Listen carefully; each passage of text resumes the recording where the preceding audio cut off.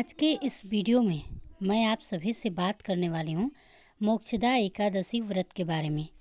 मोक्षदा एकादशी का व्रत हमें कब करना है, एकादशी तिथि कब प्रारंभ होगी, कब समाप्त होगी और पारण का शुभ समय क्या होगा, यानी कि व्रत खुलने का समय क्या होगा।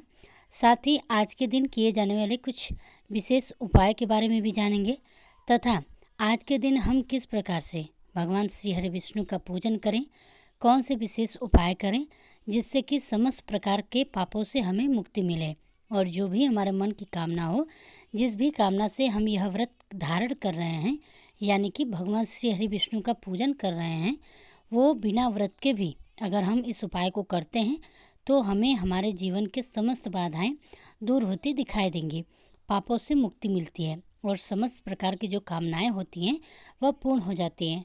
तो आज के इस वीडियो में मैं आपको एक महा उपाय के बारे में भी शेयर करने वाली हूँ। बहुत ही इम्पोर्टेंट है, आप इसे ज़रूर देखिएगा। अगर आप इस उपाय को जो कि मोक्षदा एकादशी के दिन अगर आप करते हैं, श्रद्धा भाव से करते हैं, भगवान श्री कृष्ण का पूजन करते हैं, तो आपके जीवन में चाहे जो भी कामना हो वह अवश्य ही पूर्ण होती है।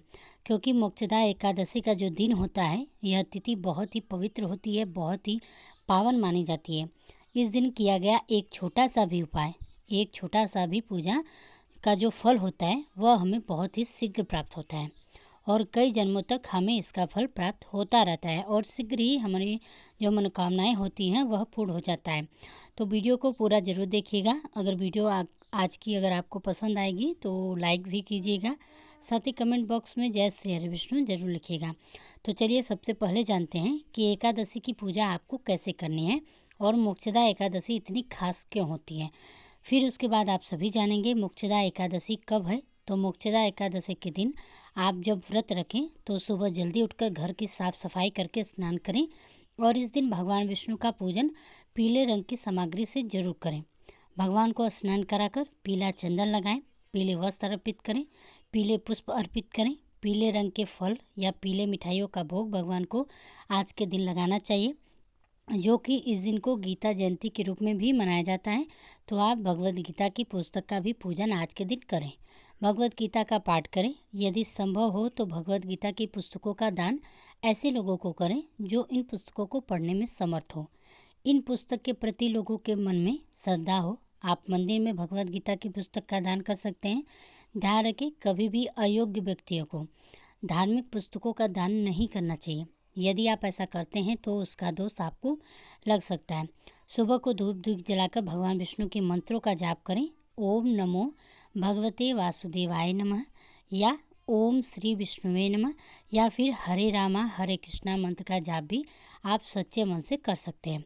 साथ में माता लक्ष्मी जी का पूजन करें, भगवान श्री कृष्ण का पूजन करें, आज के दिन करें। व्रत की कथा पढ़ें, सुनें और अपना व्रत प्रारंभ करें। सुबह को आप केवल फल का ही भोग भगवान को लगाएं, इसके अलावा आप मेवों का भोग भी भगवान को अर्पित कर सकते हैं। दिन भर उपवास रखें, शाम के समय एक बार फिर से विधि विधान से पूजा करें। भगवान को आप दोनों ही समय भोग लगाएं, साथ में तुलसी पत्र जरूर रखें। अगले दिन शुभ मुहूर्त में व्रत का पारण करने से पहले पूजन करें, दान की सामग्रियों का पूजन करें और अपनी सामर्थ्य के अनुसार, जैसी आपकी श्रद्धा सामर्थ्य हो उसके अनुसार मौसमी वस्त्रों का, मौसमी फलों का दान करें, पीली वस्तुओं का दान करें और व्रत पारणा तुलसी पत्र और जल से ही आप कर सकते हैं, सबसे शुभ माना जाता है। जो लोग व्रत का पारणा करते समय तुलसी पत्र मुख में रखते हैं उनके सभी पापों का नाश हो जाता है और उनका जो व्रत होता है वह भी भगवान विष्णु स्वीकार करते हैं। तुलसी पत्र के अलावा भगवान विष्णु को बेर आंवले भी अर्पित कर सकते हैं। एकादशी और द्वादशी तिथि के दिन घर में शुद्ध सात्विक भोजन बने। एकादशी के दिन चावल का प्रयोग नहीं किया जाता है। महिलाओं को इस दिन सर से स्नान नहीं करना चाहिए। एकादशी के दिन तुलसी में जल अर्पित नहीं किया जाता है।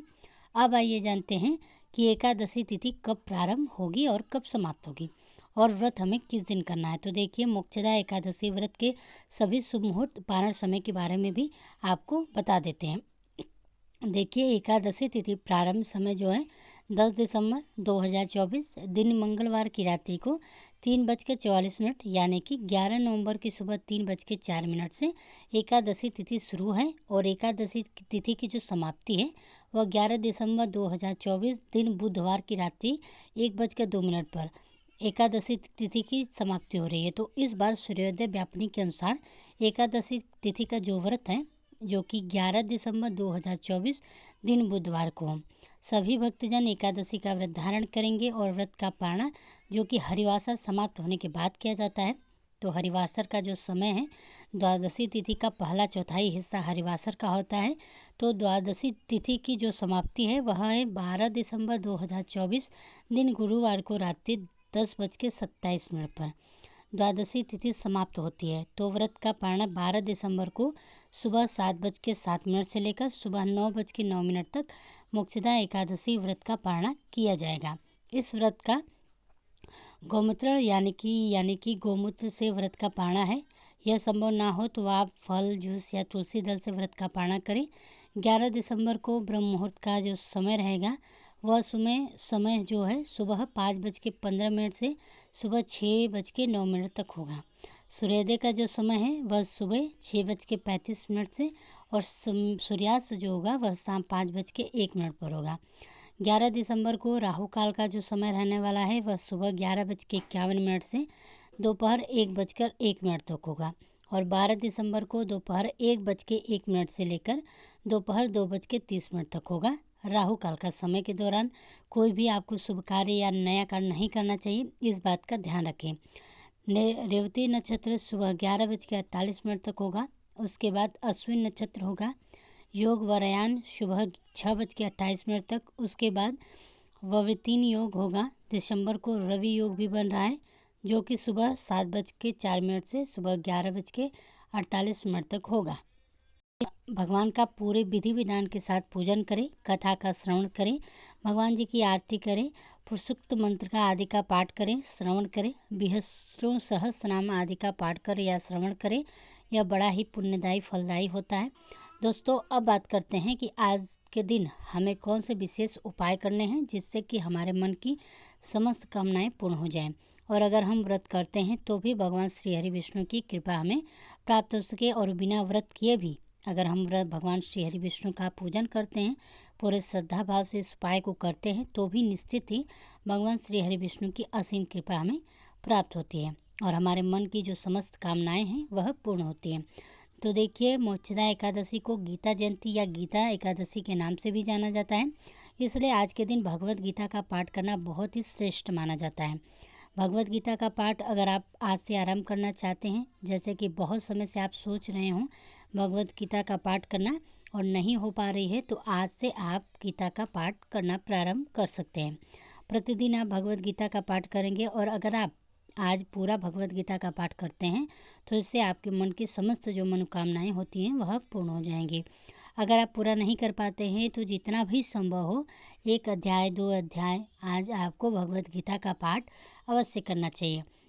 भगवान श्री हरि विष्णु के सामने शुद्ध घी का दीपक प्रज्वलित करके विधि विधान से उनका पूजन करने के बाद वहीं बैठकर अगर आप भगवत गीता का पाठ करते हैं, यकीन मानिए आपके जीवन की समस्त परेशानियां जो होती हैं वह दूर हो जाएंगी और समस्त मनोकामनाएं आपकी पूर्ण होने लग जाएगी। अगला जो आपको उपाय करना है वह है भगवान श्री हरि विष्णु के पूजन के दौरान जब आप भगवान श्री हरि विष्णु का आप विधि विधान से पूजन करते हैं, वहीं पर आपको थोड़े से पीले फल अर्पित करने हैं और इसके साथ ही कुछ अनार अर्पित कर दीजिए। गरीबों को दान करना है। यह इन चीज़ों का तो आप कुछ पीले वस्त्र भी रख सकते हैं, पीले फल, पीले मिठाई अर्पित कर सकते हैं और पूजा के बाद यानी कि अगले दिन एकादशी के दिन पूजा करें और द्वादशी के दिन यह फल, अनाज, वस्त्र जो आपने अर्पित किए हैं कुछ धन के बाद यानी कि अगले दिन एकादशी की पूजा करने के बाद द्वादशी के दिन आपको इस गरीबों में दान कर देना है। किसी गरीब ब्राह्मण को कर सकते हैं या फिर किसी ज़रूरतमंद को भी आप दे सकते हैं। आज के दिन भगवान श्री हरि विष्णु का जब हम पूजा करते हैं तो साक्षात स्वरूप में पीपल को माना जाता है, श्री कृष्ण का स्वरूप माना जाता है। पीपल को जैसा कि भगवान श्री कृष्ण कहते हैं कि मैं वृक्षों में पीपल हूँ, तो पीपल की पूजा करने से साक्षात श्री हरि विष्णु का पूजन होता है। तो आज के दिन आपको प्रातःकाल पीपल में जल अर्पित करें, वहाँ दीपदान करें। भगवान विष्णु के नाम का मंत्र का पीपल के नीचे बैठकर ही, पीपल की छाया में बैठकर अगर आप जप करते हैं तो यह बहुत ही उत्तम होगा। अगर वहाँ पर बैठकर आप भगवत गीता का पाठ भी करते हैं, विष्णु सहस्त्र नाम का पाठ करते हैं, तो इससे आपके पितरों की आत्मा को शांति मिलती है, पितरों को मोक्ष मिलता है और भगवान श्री हरि विष्णु की कृपा से आपके जीवन में सुख समृद्धि की प्राप्ति होती है। समस्त मनोकामनाएं जो है वह पूर्ण होती हैं। एकादशी के दिन तुलसी की पूजा अवश्य ही करनी चाहिए। वैसे भी प्रतिदिन तुलसी पूजा करनी चाहिए। जब हम एकादशी के दिन तुलसी की पूजा करते हैं तो विशेष रूप से भगवान श्री हरि विष्णु और माता लक्ष्मी की हमें कृपा प्राप्त होती है। तो तुलसी के पौधे के पास आपको शाम के समय दीपदान जरूर करना है। आप शुद्ध घी का दीपक प्रज्वलित करें और कम से कम 11 परिक्रमा तुलसी की करें। कई लोगों के प्रश्न आते हैं कि तुलसी के पास परिक्रमा की जगह नहीं है तो किस प्रकार से परिक्रमा करें।